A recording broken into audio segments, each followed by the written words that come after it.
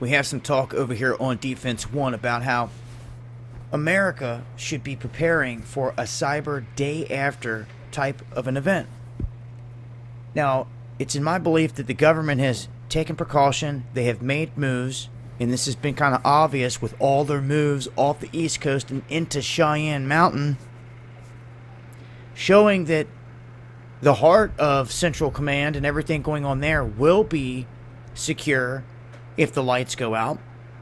And if you didn't know, most of the infrastructure in this country is ancient, it is very old, and they're making no moves to fix it, to replace it, and they don't even have a plan drawn up in case of something like this. So really, it's a pull the rug out from underneath the people type of an event. Grandiose. It would be forever changing. Whether this happened by CME, an EMP, or a cyber type of an event, the lights going out in this country will not only affect America forever, but the world and the history books. And when I see them talking about this over here, about how weak our critical infrastructure is right here in this country, and that no moves are being made to fix this, it's kind of like it's staring you right in the face that this is a huge issue. And if the country itself is not prepared to deal with such an event, what are you going to do on the home front? Don't forget when the NDAA was put into motion under the Obama administration, that they said that they could seize control of all resources during an emergency. All. Meaning land, water, food, all of it. These people just don't care. They never say nothing. They don't bitch. They say, oh yeah, right, if that tries to happen to me, yeah, they're going to put up a fight, is what they say. But they won't say a word or stand up or do anything or even speak up against the NDAA, and that's garbage. Because stuff like that is stripping us of our freedoms, of our right to survival. Let's just say the lights went out. They could pull up that NDAA in any resource across the country. They could send military in to get per the NDAA. Whether you like to hear it or not, that's the way that it's set up. If you don't like the way that it sounds, then do something about it. I'll leave a link below. It's Alright, Shalom. I want to give all praises, honor, and glory to Yahweh Bashem Yahushai. I want to give double honors to the apostles and the elders of Great Millstone, because that's where I learned this truth from, through the spirit and power of Yahweh Bashem Yahushai. Yahweh is the true name of the God of Israel. Yahushai is who the world ignorantly calls Jesus Christ, but his one and only true name is Yahushai. And pretty much, man, you know, you've been seeing what's been going on throughout the years, and even up until this point, even up until this year. All you hear about is, you know, the three major credit bureaus, that there was some type of hacking going on to where millions of people's information was leaked out. Then you have North Korea supposedly having two satellites orbiting on top of the America. You know, these countries, they've been planning this, and all of this is done by design, but everything is sanctioned by the God of Israel, Yahweh. But an EMP attack is definitely in the works, and it can happen at any moment. You know, you had the situation that happened in Manhattan not too long ago in Times Square, where they blamed it on Con Edison, but we already know what that was, because that was marking, you know, the anniversary of 1977 blackout. So an EMP attack, you know, an attack on a power grid, or a major cyber attack, which is pretty much the same thing, that's the perfect way to collapse this economy and to make these people bow down mentally and make them want to accept the RFID chip implant, which is the mark of the beast. So this is going to be a quick video. I'm not going to make this too long and drag it out. This is 1 Thessalonians chapter 5 verse 3, because check this out. It says the U.S. must prepare for a cyber day after. Why? Why are all these different? Because we all know like a lot of these alternative media sites, a lot of them are insiders, a lot of them are Freemasons, a lot of them, they leak out little information. They're not gonna give you specific dates. They're not gonna tell you specific things. Even with these cartoons like The Simpsons and these different cartoons that might show something before it happened, that doesn't mean that these people can predict the future. That just means that it was already planned. You know.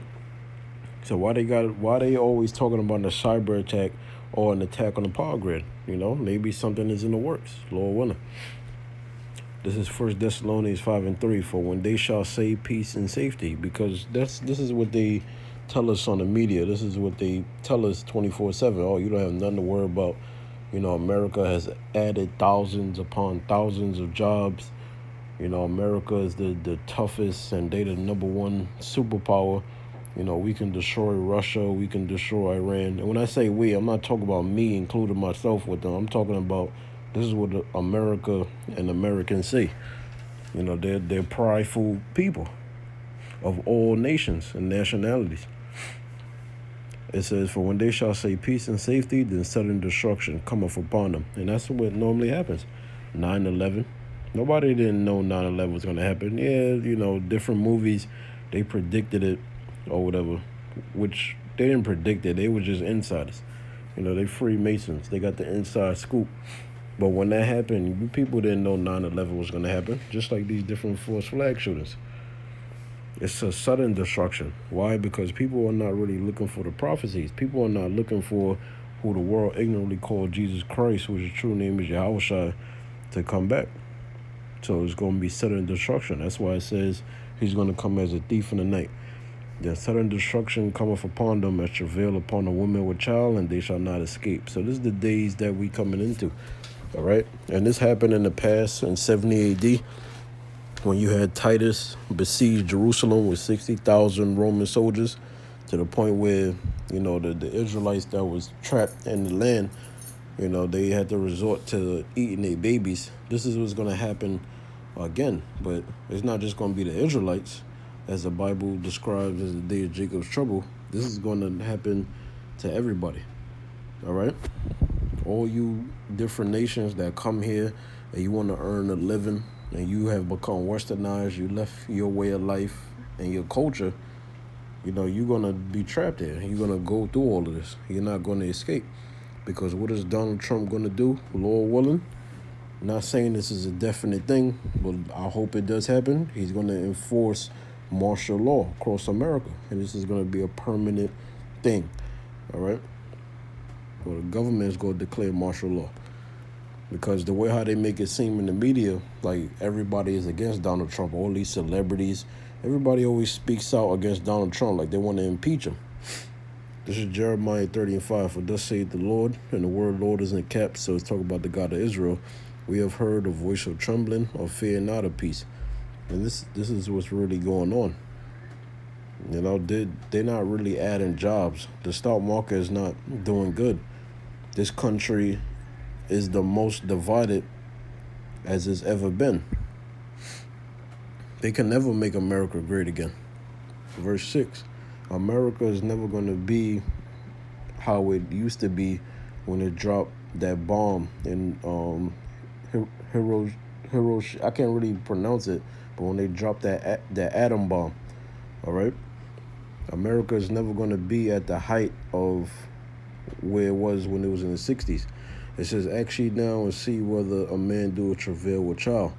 Wherefore do I see every man with his hands on his loins, as a woman in travail, and all faces are turned into paleness. When it says paleness, it's talking about feeble and weak. Because you have to understand, you have a lot of investors, you have a lot of people that invest in the stock market. You have a lot of people that went to college just so they can have a good life, so they don't have to live a life of poverty. So when this global economic collapse happens, mainly here in America, it's going to happen worldwide ultimately, but we focusing here on America, the focal point of prophecy. What's going to make people feeble and weak is the fact that people thinking that they was doing everything right according to the society, but that's going to fail them. verse 7, it says, alas, for that day is great, so that none is like it. So nothing that's happened in history, is going to be able to beat out Jacob's trouble, which involves a global economic collapse worldwide. Because why is it called Jacob's trouble? Because you have different agendas, such as Project Megiddo, you have Rex 84, you have Operation Wetback, you have the King Alfred plan. You have a lot of different agendas that's mainly targeted at the descendants of Jacob. Who's the true descendants of Jacob? The so-called Negroes, Hispanics, and Native American Indian seed line that's scattered through the four corners of the earth. Why is it going to be a day of trouble for you? Because really the government is coming after you.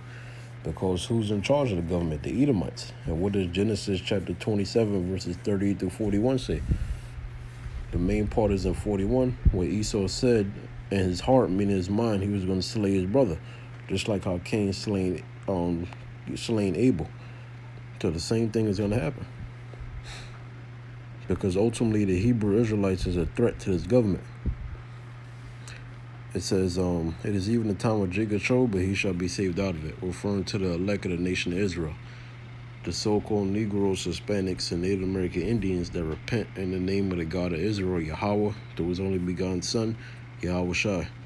All right? And that's actually looking for these prophecies to take place, because we know that these prophecies have to take place before Yahweh Shai comes back, according to Matthew 5:18. 2nd Ezra 8:50, for many great miseries shall be done to them that in the latter time shall dwell in the world, because they have walked in great pride. And a lot of these people are prideful. The American people, and when I say American people, I'm not saying that as a nation, because America pretty much, they try to make it seem like this land is made up of immigrants and immigration. Now, Donald Trump and, these different ICE police is cramping down hard on immigrants, but when they raise the Statue of Liberty, they try to make it seem like this is a place where immigrants will be accepted. That's why America is called the Great Melting Pot, because you have all these different nations that come over here, and they become westernized, all these different cultures. The God of Israel is not with that. That's why Deuteronomy 32 verses 8 through 9 says what? How he separated the nations according to the bound, according to the number of the children of Israel.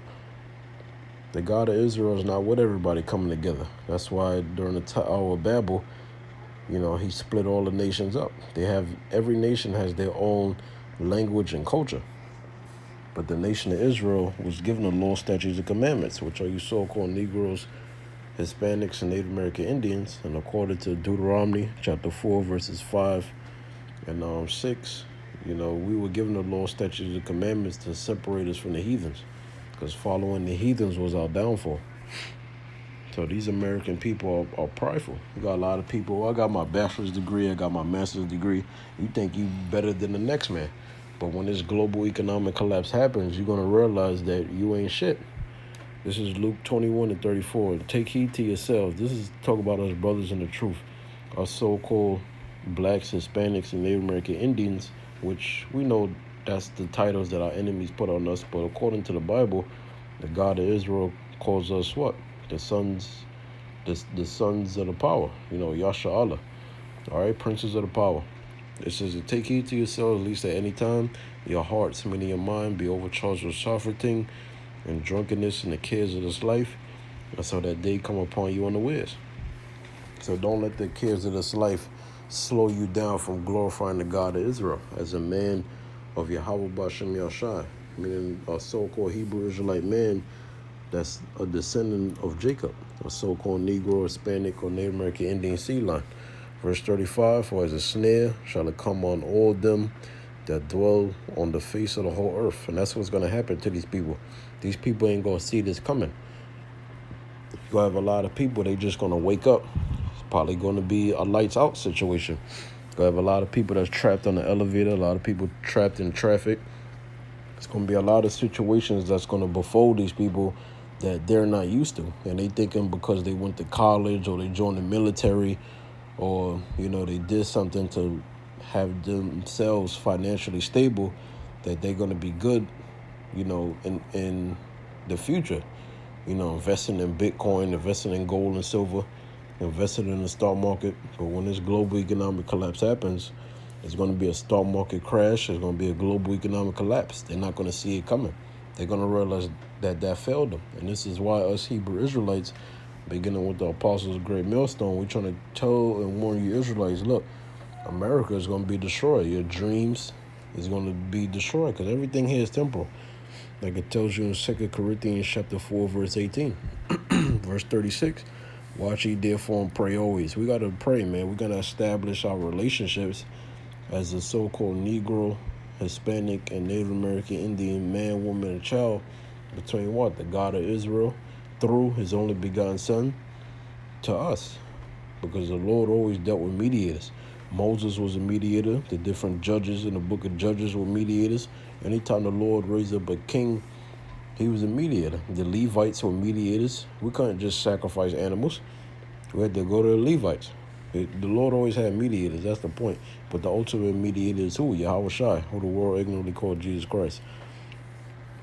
So you got to watch always for the prophecies. You know, you see something happening on the news, mix it up with the Bible. When I say mix it up, I mean you have to watch the news and then see where that specific current event is at in the scriptures, such as World War III, the mark of the beast, you know. And there's a lot of prophecies. It says that ye may be accounted worthy to escape all these things which shall come to pass and to stand before the Son of Man. And that's what we want. We want to be the ones that John the Revelator, as well as Esdras, seen getting crowned by Yahushua. Revelation 3:10, because thou hast kept the word of my patience. And you have to be patient going through the sufferings and the trials and tribulations as a man of the Lord and waiting for these prophecies. Also, I will keep thee from the hour of temptation, which the hour of temptation involves what? Martial law, civil unrest, you know, the global economic collapse, FEMA camps, everything that comes with a downfall of that Pacific Empire. All hell breaking loose, purge, all right? And ultimately, what is that going to lead to? The mark of the beast, which is the RFID chip implant. And if you receive that, according to Revelation chapter 14, verses 9 through 10, you will die and be destroyed by thermonuclear missiles. According to Revelation 16:2, the noisome and grievous sword is talking about the nuclear missiles, which shall come upon all the world. All the world. It's not just Babylon, it's all the world, to try them that dwell upon the earth. So that's what's going to happen. All right, so hopefully, you know, this was edifying. Shalom.